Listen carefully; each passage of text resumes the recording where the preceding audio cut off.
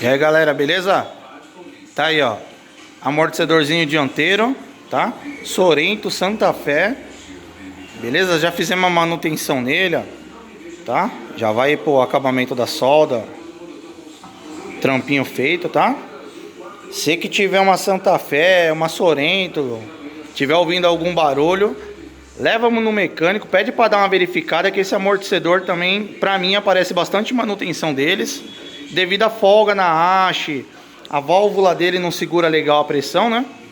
Com o tempo o óleo vai afinando e costuma muito dar problema, tá bom? Tá aqui, a gente já fez o primeiro, falta o outro para fazer o serviço ainda, mas tá aí, ó. Retentorzinho pronto, a gente já fez o polimento da haste, retentor novo, top, ó. Beleza? Olha que maravilha para correr a solda, ó. Tá? Ele podia estar um pouquinho mais justo ainda, ó. Tá? Aqui, ó, meio milímetro de folga que ainda ele tinha entrado batido o castelinho, ó. Tá? Mas tá aí, pronto aí, já vai para solda, tá? E esse amortecedor a gente tem a venda lá no site, tá?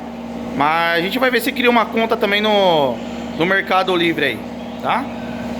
Isso aí, galera. Valeu. Sorento, Santa Fé. Isso aí, ó.